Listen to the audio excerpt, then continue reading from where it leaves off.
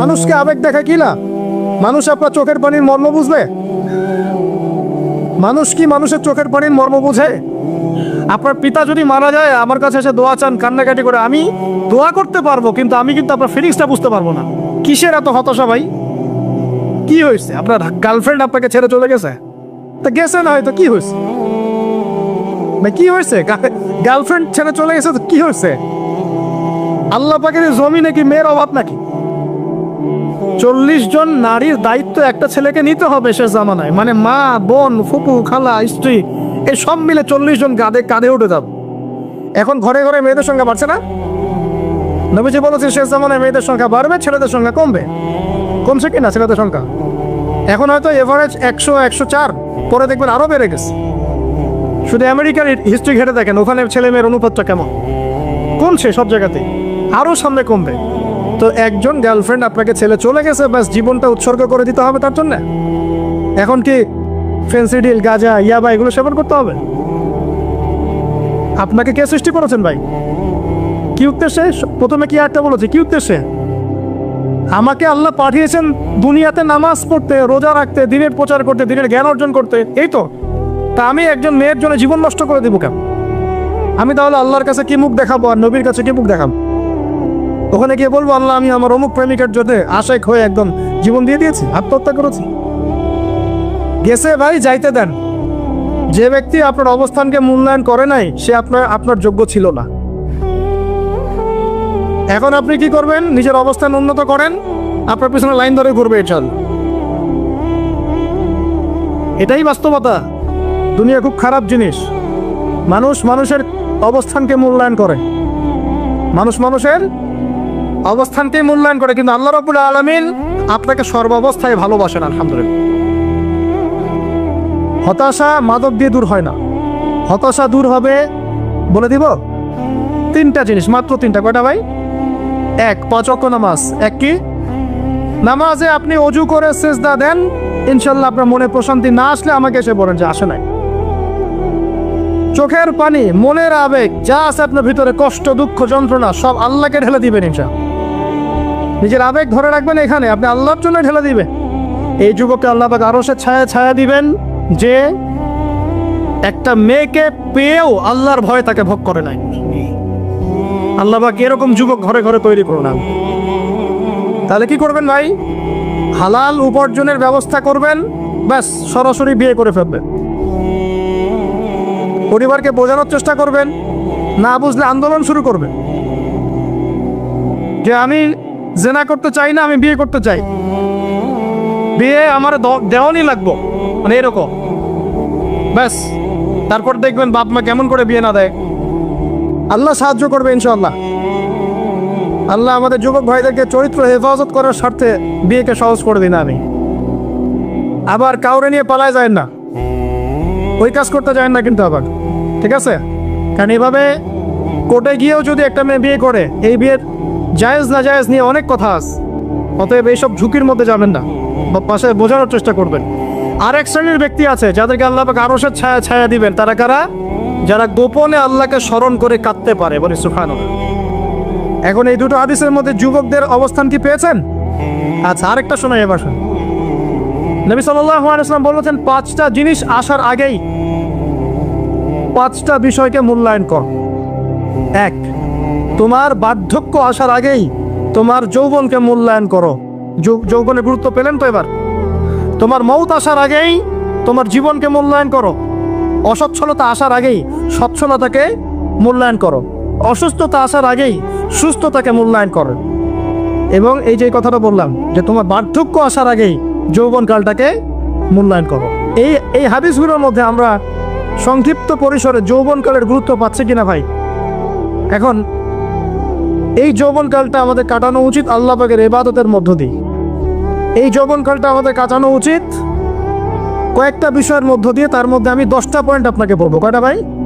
10টা। 1, এই যৌবনকালে সবার আগে আমাদের কর্তব্য হচ্ছে দ্বীনের ইলম অর্জন করা। কি করা ভাই?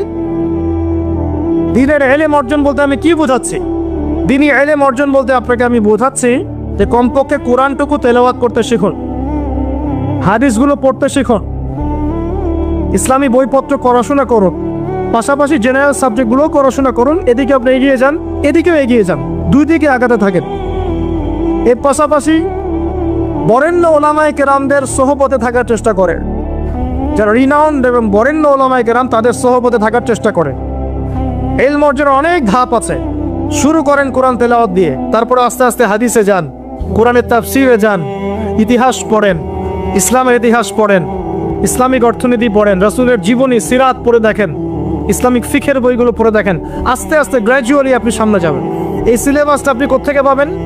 এই সিলেবাসটা দেখবেন প্রত্যেক জেলায় জেলায় বরেণ্য কওমি ওলামায়ে কেরাম আছেন না, তাদের সাথে পরামর্শ করবেন, আপনাকে সুন্দর সিলেবাস করে দেবে ইনশাআল্লাহ। এইভাবে আপনি পড়াশোনা করবেন এবং ওস্তাদের সাথে থেকে পড়াশোনা করবেন। একা একা সব কিছু করা যায়? একা একা সব কিছু করা যায় না। একটা সিলসিলা লাগে, একটা ওস্তাদের সোহবত লাগে নাকি? একা একা কি কোরআন সুন্নাহ সব বুঝে ফেলতে পারবেন আপনি? তাই মনে হয়? কখনোই না। অতএব বরেণ্য আলেমদের সোহবতও লাগবে, আবার আপনার চেষ্টাও লাগবে। আল্লাহ পাক তৌফিক দান করুন। এই যৌবনকালের প্রথম কাজ কি ভাই? ইলম অর্জন করা। 2 নাম্বার, এই যৌবনকালে আমরা যে পরিমাণ ফিজিক্যালি ফিট থাকি, শরীরে শক্তি থাকে, উদ্যম থাকে, আমাদের বয়সটা 40-50 হয়ে গেলে সেটা থাকবে না। থাকবে? অতএব এই যৌবনকালে বেশি বেশি ইবাদত করতে থাকেন। আল্লাহ পাক তৌফিক দান।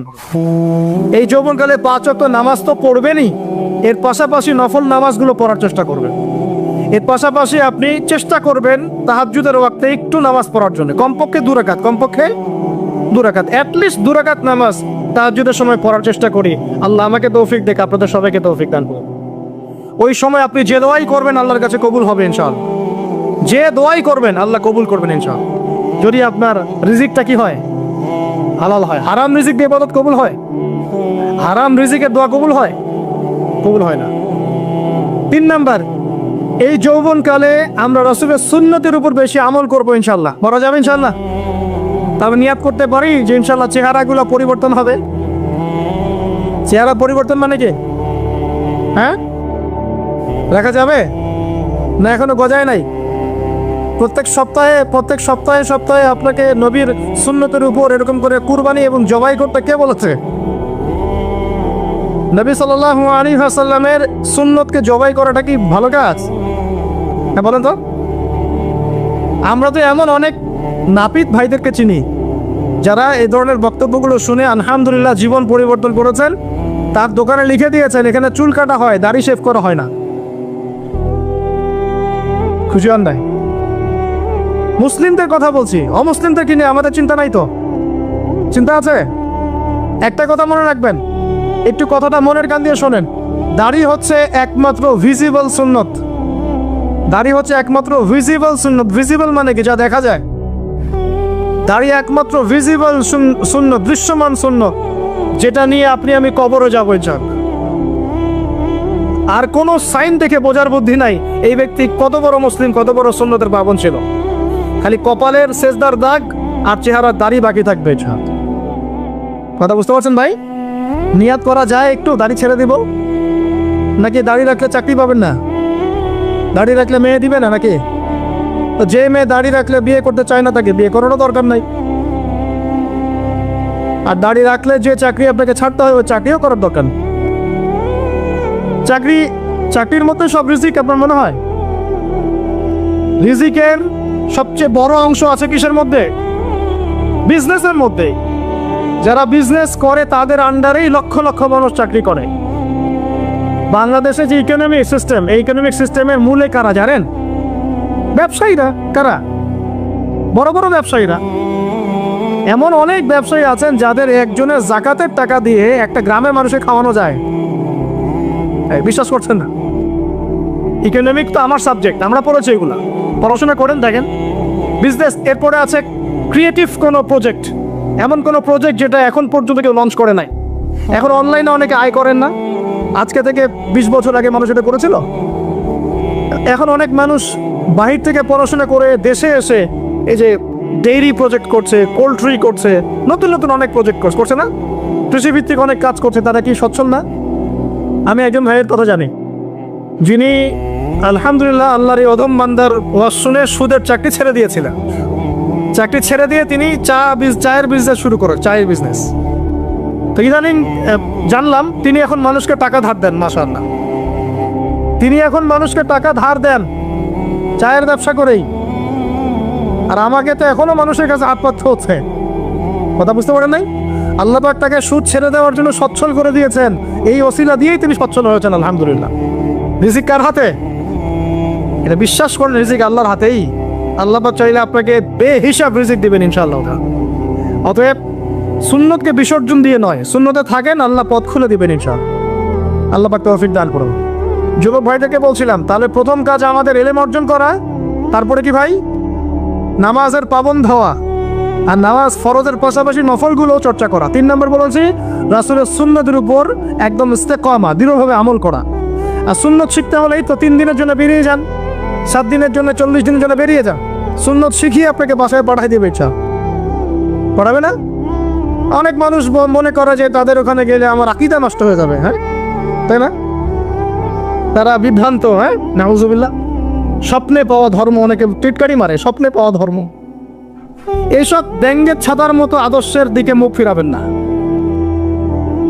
মাকবুল জামা, যেগুলো মাকবুল জামা, ক্লাসিক্যাল ইসলামের মধ্যে থাকেন, আপনি বিভ্রান্ত হবেন না ইনশাআল্লাহ। তারা আপনাকে কখনো খারাপ কাজে আদেশ করেছে?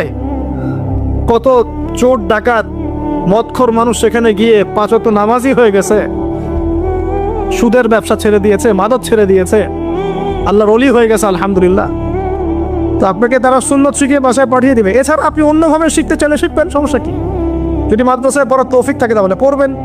সবাই কি মাদ্রাসায় পড়ার তৌফিক পাবে? পাবে না। নিঃসন্দেহে কিছু মানুষ তৌফিক পাবে, কিছু মানুষ হয়তো পাবে না। যারা পাবে না তারা দিন শিখবে কিভাবে? এভাবেই তো শিখবে।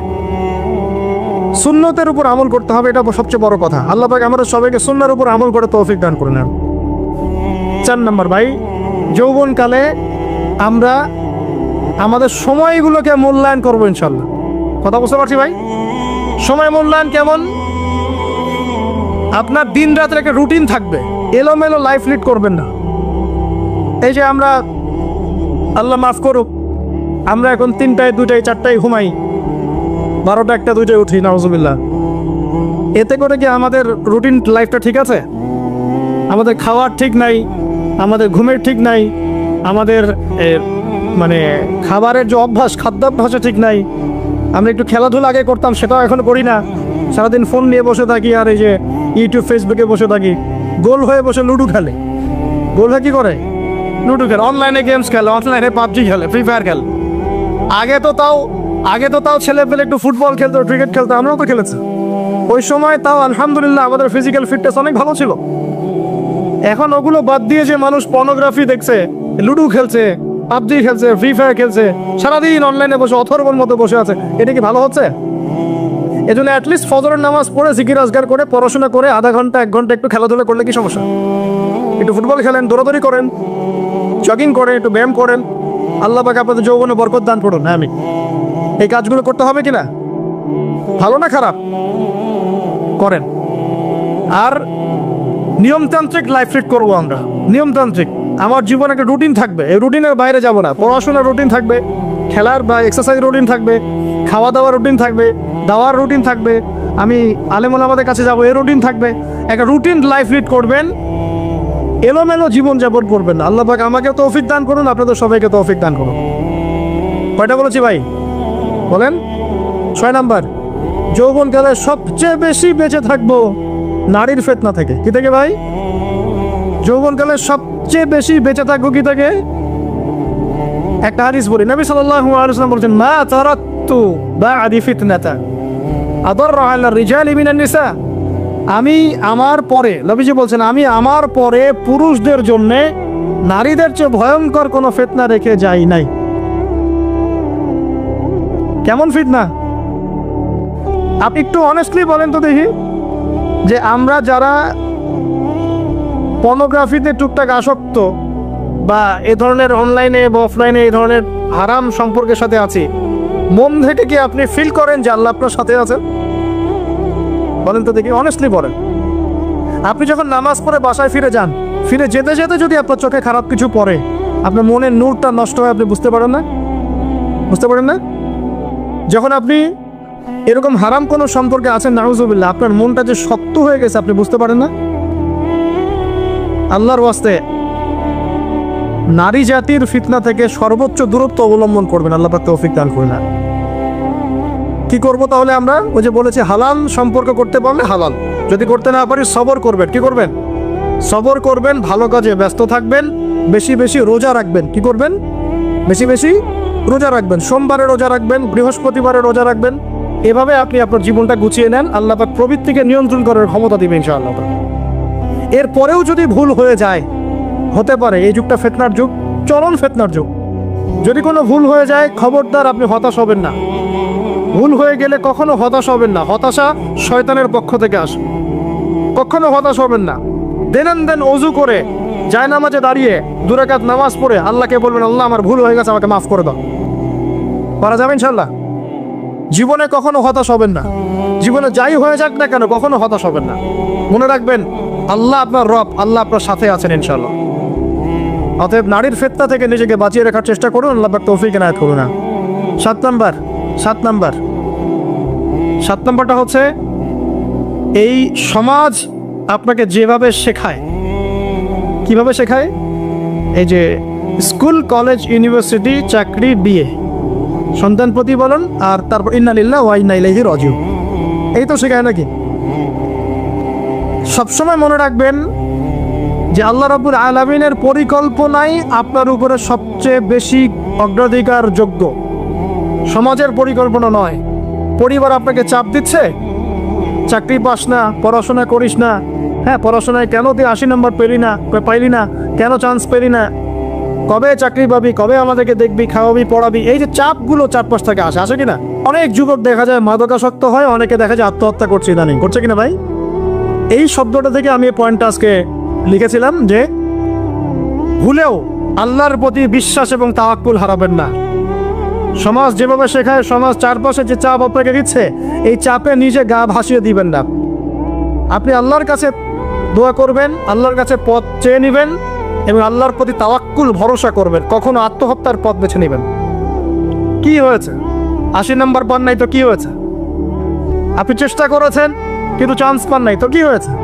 চেষ্টা তো করেছেন আপনি চেষ্টা করেছেন, ইউনিভার্সিটিতে চান্সের জন্য আপনি চান্স পাই নাই, চেষ্টা করেছেন আপনি, বাস চেষ্টা করেছেন, পাই নাই, তাকদিরে ছিল পাই নাই, বাস আমি আমার চেষ্টা করেছি। কখনোই আত্মহত্যার পথ বেছে নেবেন না। আর আমরা পিতা মাতাদেরকে রিকোয়েস্ট করব, কোনো অবস্থাতেই সন্তানকে এত বেশি চাপ দিবেন না যে সন্তানটার এই কোমরটাই ভেঙে চলে যায়। এই সমস্যাগুলো দিন দিন বাড়ছে সমাজের মধ্যে। কেন এত চাপ দিচ্ছেন? তার প্রতিভা কোথায় খুঁজে বের করো। তাকে জোর করে কেন টেনে লম্বা করার চেষ্টা করছেন? আমাদের সমাজে বাচ্চা হয়ে গেলেই তার পিঠ একটা সিল মেরে দেয়, হয় ডাক্তার না হলে ইঞ্জিনিয়ার। কেন? এর বাইরে কোনো প্রফেশন নাই? আমার সন্তানকে হয় ঢাকা বিশ্ববিদ্যালয়ে চান্স পেতে হবে, না হলে বুয়েটে, না হলে এখানে। এর বাইরে আর কোথাও পড়ারই জায়গা নাই। আর এখানে পড়লেই আমার সে ছেলে না আমার মেয়ে একদম সবচেয়ে বড় জ্ঞানী হবে, অন্য কোনোভাবে হবে না, এটা গ্যারান্টি দেওয়া আছে? যারা সভ্যতা বিনির্মাণ করেছেন তারা কয়জন বড় বড় ডিগ্রি সার্টিফিকেট পেয়েছেন খুঁজে বের করে দেখেন, খুঁজে বের করে। আমরা ফিলোসফির মধ্যে যে ফিলোসফারদের হিস্ট্রি পড়েছিলাম, তাদের মধ্যে বেশিরভাগই দেখা যায় স্কুলেও যায় না, কলেজেও যায় না। আছে না এমন? আছে। আমি বলছি না আপনারা যাবেন না, আমি বলছি জ্ঞানের মানদণ্ড এটাই নয় যে আমার সার্টিফিকেট অর্জিত হয়েছে। সার্টিফিকেটটাই জ্ঞানের মানদণ্ড নয় তো। হ্যাঁ, প্রতিযোগিতার একটা জগৎ আছে, আমাকে সে জগৎ উতরাতে হবে। আপনি চেষ্টা করবেন, যদি না হয় তাকদীরে ছিল, হয় নাই, বাস হয় নাই। আমাকে আল্লাহ পাঠিয়েছেন তার ইবাদত করার জন্যে, এখানে আত্মহত্যা করার জন্য আল্লাহ আমাকে পাঠান নাই। আমার জীবন যদি দিতেই হয় তাহলে আল্লাহর জন্য দিব ইনশাআল্লাহ। ঠিক আছে কথা? ব্যাস, দুনিয়ার জন্য না। আল্লাহ পাক বোঝার তৌফিক দান করো। কটা বললাম? 7টা আর 8টা? 7টা। 8 নাম্বারটা ইম্পর্টেন্ট এবং এটা আপনাদের জন্য মজাদার। সেটা হলো 8 নাম্বারটা বেশি ইম্পর্টেন্ট। এটা হচ্ছে দিনের পথে চলার ক্ষেত্রে আপনি অনেক রকম মতবাদ পাবেন সামনে। কেউ বলবে আমারটা সঠিক, কেউ বলবে না ওরটা না আমারটা সঠিক, কেউ বলবে না আমার দলটা সঠিক, কেউ বলবে না ওর সংগঠন সঠিক। এগুলো আপনার কান ভারী করে ফেলবে একদম। তখন মনে হবে যে আগেই ভালো ছিলাম রে ভাই, নামাজ পড়তাম না, এখন নামাজ পড়া শুরু করে দেখলাম যে আরে হাতটা বাঁধবো কোথায় এটাই তো ফিক্স করতে পারতেছি না। আর আমার কিছু তো অভিজ্ঞতা আছে ভাই, নাকি ভাই? ওর আলোকে একটা কথা বল, সেটা হলো সমাজে কিছু ইখতিলাফি মাসআলা আছে, এই মাসআলাগুলো কানেও ঢুকাবেন না। আপনি ইবাদতের মধ্য দিয়ে আল্লাহকে পাওয়ার চেষ্টা করবেন। এবং